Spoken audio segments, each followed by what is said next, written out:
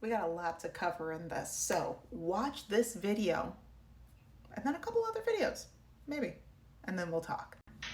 Developing right now, KSLA News 12 just confirmed with police that an Arclitex anchor who just resigned is a suspect in an active investigation into possible child sex crimes. Shreveport police tell us that now former KTBS anchor Bill Lunn, who was also the station's news director, was detained last Wednesday as a suspect in an active investigation into computer-aided solicitation of a minor.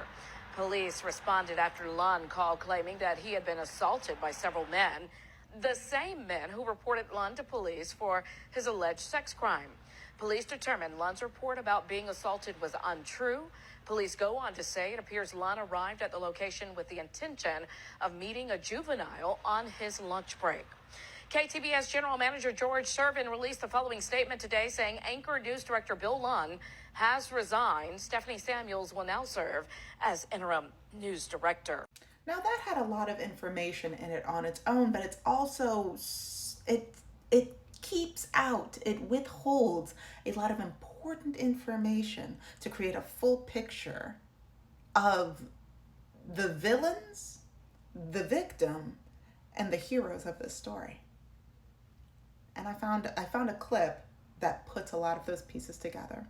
Now watch this. Hunters. For a little over 3 weeks, they've been pretending to be an underage girl online in an effort to catfish local men who are allegedly trying to meet up for sex. It's just crazy, like how fast they are willing to meet young females. It's just crazy. The trio says they were surprised by their efforts last Wednesday, May 29th. That day, Shreveport police received a call at 11:04 a.m. The call came from former KTBS News anchor Bill Lunn. According to police and a call for service report obtained by NBC6, Lunn claimed he was the victim of an assault and battery, but a case report on the alleged incident paints a different story. According to the case report, the alleged offense is not for assault and battery, rather for computer-aided solicitation for sexual purposes. These three men are the reason why. And so he seen us, he darted out. They created a fake Meet Me profile. That profile is of an underage girl. They say they then wait for men to like the profile and spark a conversation. They say Lunn initiated a conversation Tuesday night.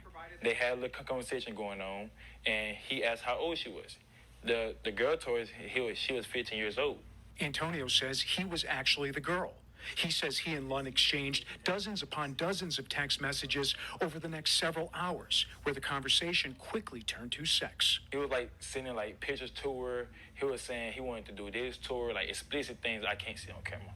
Antonio checked the phone number he was texting with. It was the same number Lunn lists on his LinkedIn profile.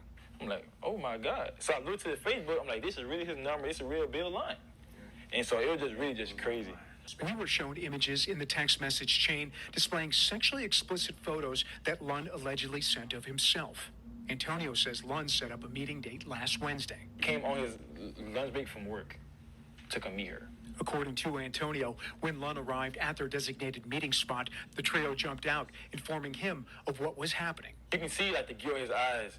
He knew oh, I'm done. They say Lunn ran and later called police, saying he was the victim of an assault and battery. The three men waited for police to arrive. They say hours of questioning followed. The call for service report shows police spent 4 hours and 21 minutes at the scene. The young men say Lunn was handcuffed in the back of a police vehicle for hours. All parties were released from the scene with no charges filed. Shreveport police told me there is an active investigation into Lunn based on the events of that day. I tried reaching out to Lunn to get his side of the story. Please leave your name and number, and I'll get back to you as soon as possible. Thanks. Have a great day. Bill, this is Dan Jovic calling from NBC6 News, trying to get your side of the story related to an incident that took place last week. My call went unanswered and was not returned. Thing is, as Bill was running off, he yells, "I have a wife and kids." I'm sitting there, as he's running off, I'm thinking in my head, how can you say that when you literally just walked yourself in the house, expecting to meet an underage teenager, which he was going to do regardless? Lunn resigned Monday from both of his roles at KTBS. Several things to talk about within those two clips, but first, for those of you who are new here, hi, my name is Shayna. I'm a journalist, and I also talk a lot about decentering, men, and child-free living. If any of that sounds interesting to you, please like, share, subscribe, and definitely join the conversation in the comment section.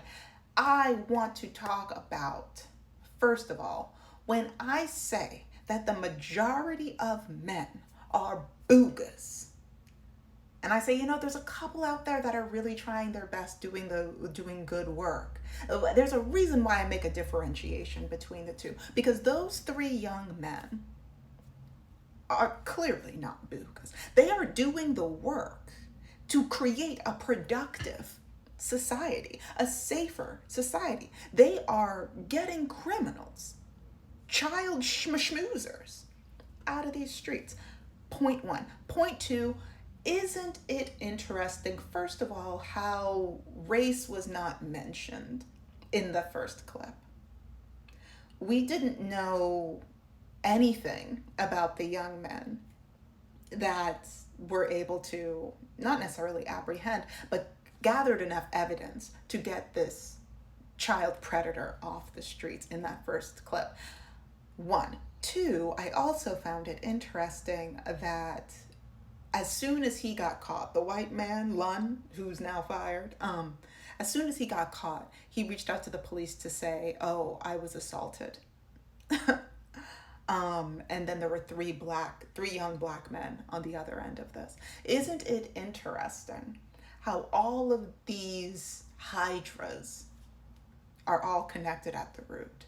Racism, patriarchy, white supremacy, all of these heads, they all talk to each other.